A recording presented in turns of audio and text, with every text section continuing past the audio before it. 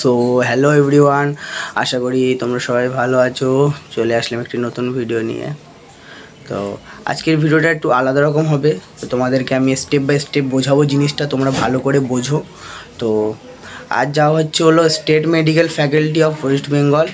তো আশা করি তোমরা আমার সব প্ল্যান্ট কালেকশনের ভিডিওটা দেখেছো। সেখানে আমি তোমাদেরকে বলেছিলাম যে আমি প্যারামেডিক্যাল এক্সাম দিয়েছি 2025-এ।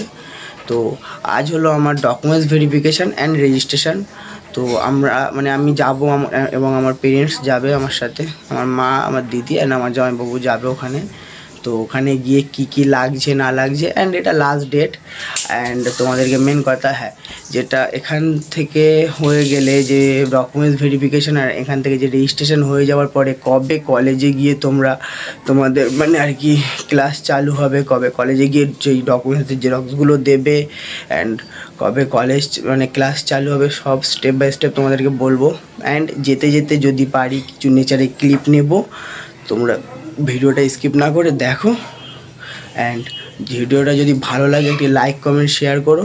অ্যান্ড এবছর যারা state medical faculty of West বেঙ্গলের পরীক্ষা দিয়েছো, প্যারামেডিক্যাল এক্সাম দিয়েছো, অবশ্যই কমেন্টে জানিও। অ্যান্ড যদি কোনো সমস্যা কিছু হয় তোমাদেরকে, তো অবশ্যই কমেন্টে জানিও যে কি সমস্যা হচ্ছে না হচ্ছে। তো চলো তাহলে ভিডিওটা শুরু করা যাক। সো ফাইনালি গাইজ গাড়িতে চলে আসলাম, যাবো ফ্যামিলি, যাবো প্লাস আমি আমার ফ্যামিলি। তো গিয়ে বাকিটা দেখাবো, আর যদি পারি কিছু নেচারে ক্লিপ নেবো। ততক্ষণ ভিডিওতে থাকো।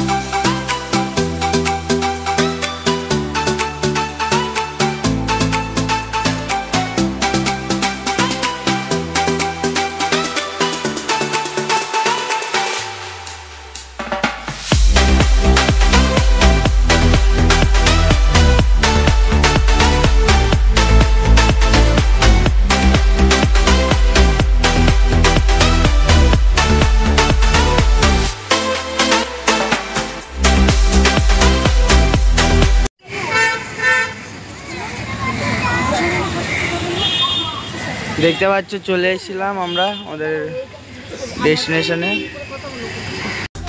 অ্যান্ড গাইজ আমাদের কাজ শেষ, অ্যালটমেন্ট হয়ে গিয়েছে। এবার যেতে হবে 1 তারিখ 10টার মধ্যে, ডিসেম্বরের 1 তারিখ 10টার মধ্যে কলেজ যেতে হবে। গিয়ে যে দুটো রিসিপ্ট দিয়েছে অ্যান্ড তার সাথে তোমার আদার্স আর কি ডকুমেন্টস আছে সেইগুলো জমা দিতে হবে। তো আজকের মতো ভিডিওটা এখানেই শেষ করলাম। ভালো লাগলে একটি লাইক কমেন্ট শেয়ার করো। তো টাটা বাই বাই, সবাই ভালো থেকো।